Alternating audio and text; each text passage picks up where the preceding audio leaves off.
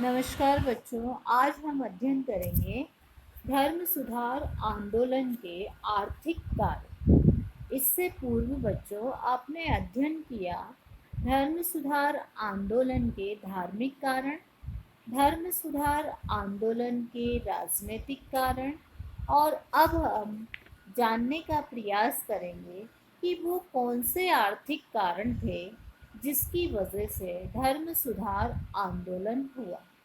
तो इसमें सबसे पहले बच्चों हम देखेंगे व्यापारिक क्रांति का प्रारंभ होना।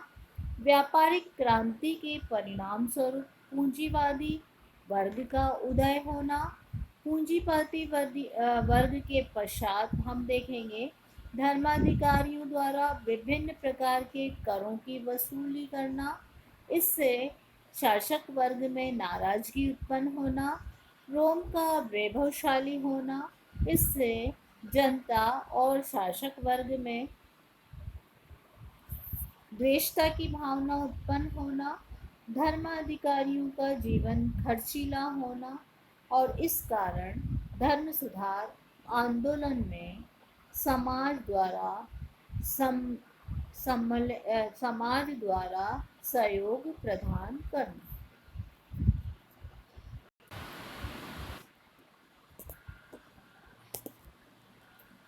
तो बच्चों हम देखेंगे आर्थिक कारण। धर्म सुधार आंदोलन के आर्थिक कारण क्या क्या थे। व्यापारिक क्रांति का प्रारंभ होना, सबसे पहले हम देखेंगे व्यापारिक क्रांति का प्रारंभ होना। व्यापारिक क्रांति में हम जानने की कोशिश करेंगे कि व्यापारिक क्रांति ने किस प्रकार से धर्म सुधार आंदोलन में अपना सहयोग प्रदान किया। हमने पुनर्जागरण के दौरान पढ़ा था भौगोलिक अन्वेषण, भौगोलिक खोजें। उसमें आपने पढ़ा था कि कोलंबस ने 1492 में नई दुनिया अर्थात उत्तरी अमेरिका की खोज की, और वास्को डी गामा द्वारा भारत के पश्चिम तट के कालीकट नगर 1498 1498 में पहुंचा। इस तरह से अमेरिका और भारत को खोजा। यूरोपवासी अफ्रीका के प्रदेशों की जानकारी प्राप्त करने का प्रयास करने लगे तथा सुदूर पूर्व के देशों में भी अपने पांव पसारने लगे। इन देशों की खोजों का प्रभाव व्यापार पर पड़ा। स्वाभाविक था, व्यापार यूरोप के देश अपना व्यापार इतनी तीव्र गति से करने लगे कि वहाँ व्यापारिक क्रांति का सूत्रपात हो गया। यातायात के साधन सुगम हो गए, बैंक व्यवस्था लागू हो गई। इससे व्यापार दिन प्रतिदिन विस्तारित होने लगा। परिणाम स्वरूप व्यापारिक वर्ग का आविर्भाव हुआ। व्यापारी स्वतंत्र थे, व्यक्तिवादी भावनाओं से ओतप्रोत थे। धन अर्जित हो जाने के कारण उनकी धर्म में और भगवान में आस्था कम होने लगी। मोक्ष प्राप्ति के लिए अब वे धर्माधिकारियों की शरण लेना पसंद नहीं करते थे। इस कारण वे अब पादरी लोगों के जीवन और उनके वैभव को की स्पष्ट रूप से आलोचना करने लगे थे। कैथोलिक चर्च की उनके द्वारा निंदा का एक कारण ये भी था कि कैथोलिक धर्म ब्याज पर पैसा उधार लेने को अधार्मिक मानता था, और व्यापारी चाहे कितना भी बड़ा क्यों न हो, उसको पैसे की आवश्यकता पड़ती थी। अतः व्यापारिक वर्ग ऐसा धर्म चाहने लगा जो व्यापारियों को सूद पर धन उधार देने और लेने से रोके नहीं। इसके अलावा वो यह भी चाहते थे कि धर्माधिकारी उनसे नाना प्रकार के धार्मिक कर लेते रहें। ये उन्हें गवारा नहीं था। पूंजीपति वर्ग अब पोप और उसके सहयोगी धर्माधिकारियों की को पूंजीपति बनते नहीं देखना चाहते थे। तो बच्चों अब हम देखेंगे पूंजीवाद का उदय। अब पूंजीवाद का उदय हमने देखा व्यापारिक क्रांति का सूत्रपात होना। तो व्यापारिक क्रांति के परिणाम स्वरूप एक पूंजीवादी वर्ग उभर कर सामने आया। पूंजीपति धन से अपने जीवन को सुख समृद्धि से बिताने लगे और उन्हें धन की भूख उनकी तृप्त नहीं होती थी। वे चाहते थे कि धर्माधिकारियों की भूमि और उनकी दौलत भी उनके पास आ जाए। इसके लिए वो अपना धन देकर राजाओं को से राजनीतिक प्रभाव खरीद रहे थे।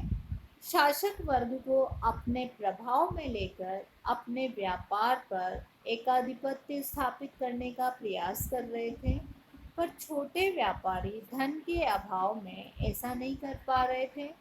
अतः वे उनके एकाधिपत्य को चुनौती दे रहे थे और उनके मार्ग में बाधा प्रस्तुत करने हेतु वे धर्म सुधार आंदोलन में सम्मिलित हो रहे थे। धर्माधिकारियों द्वारा विभिन्न करों की वसूली। धर्म सुधार आंदोलन से पूर्व यूरोप की 1/4 भूमि के स्वामी कौन होते थे? धर्माधिकारी होते थे। और वे क्या क्या करते थे? वो किसानों से कर लेते थे और स्वयं राजा को कोई कर नहीं देते थे। एक कर होता था तीर्थ कर, और धर्म यात्राओं को प्रोत्साहित करते थे, वो कर भी वो लेते थे। तो उनकी आय का बहुत अच्छा साधन उन्होंने जुटा रखा था। किसान अब तीर्थ कर नहीं देना चाहते थे, यात्री धर्म यात्रा का कर भी नहीं देना चाहते थे। अतः वे धर्माधिकारियों के विरुद्ध आलोचना का विष उगल रहे थे। इसके अलावा व्यापारी और पूंजीपति भी धर्माधिकारियों के विरुद्ध थे। पूंजी अर्जन का साधन कृषि करना भी होता जा रहा था, अतः कृषि बड़ी पैमाने पर होती जा रही थी। व्यापारी लोग अपने धन से भूमि के विशाल भागों पर अधिकार कर उत्पादन बढ़ाकर खूब धन कमा रहे थे। अधिक भूमि प्राप्त के लिए वे धर्माधिकारियों की भूमि भी हड़पना चाहते थे। लोक कल्याण का सहारा लेके शासक वर्ग को धर्माधिकारियों से भूमि छीन लेने को उकसा रहे थे। इस कारण धर्माधिकारियों का समाज में विरोध दिन प्रतिदिन बढ़ता जा रहा था। रोम का वैभवशाली दरबार। हमने बच्चों पढ़ा कैथोलिक धर्म में सर्वोच्च धर्माधिकारी कौन होता था? पोप होता। और उसका स्थान कहाँ था? रोम के वेटिकन सिटी पर एक स्वतंत्र सुदृढ़ राज्य उसका था। और वो इतना वैभवशाली होता था कि देखने से राजा महाराजाओं के महल उसके आगे तुच्छ होते थे। वहाँ स्थापत्य, चित्र, मूर्ति कला का अच्छा निखार हो रहा था। इन सब के लिए पैसा कहाँ से आ रहा था? यूरोप के समस्त देशों के निवासी विभिन्न प्रकार के करों के रूप में पैसा धर्माधिकारियों को दे रहे थे और धर्माधिकारियों द्वारा वो पोप के पास रोम में भेजा जा रहा था। अब रोम यूरोप के शक्तिशाली नरेशों की ईर्ष्या का केंद्र बन गया। वो नहीं चाहते थे कि उनका जो परिश्रम से कमाया हुआ पैसा है वो रोम में जावे और रोम का विकास हो। वो चाहते थे कि उनका पैसा उनके देश में ही लगे और उनके देश का विकास हो। इसके अलावा वे अपने इस धन से अपने व्यापार को विकसित करना चाहते थे।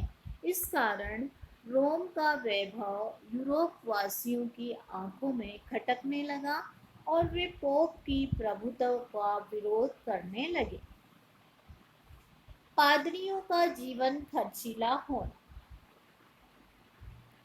जिस प्रकार पोप का विलासी जीवन जनसाधारण की आंखों में कांटा बना हुआ था, उसी प्रकार अधीनस्थ धर्माधिकारियों का जीवन भी लोगों को खटक रहा था। उस समय तक धर्माधिकारियों में बहुत से लोग राज परिवार के थे।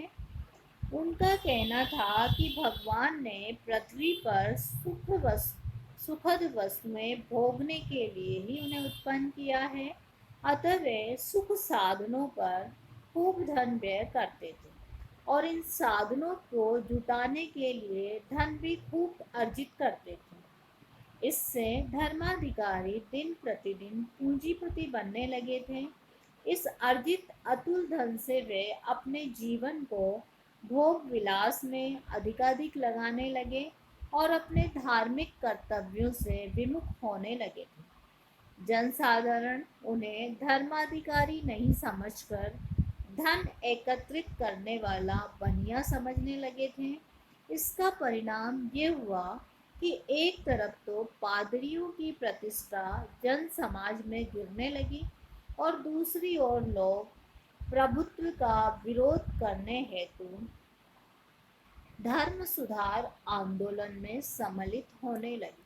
तो बच्चों, हमने धर्म सुधार आंदोलन के आर्थिक कारणों को समझने का प्रयास किया और उम्मीद है कि आपको समझ में आया होगा।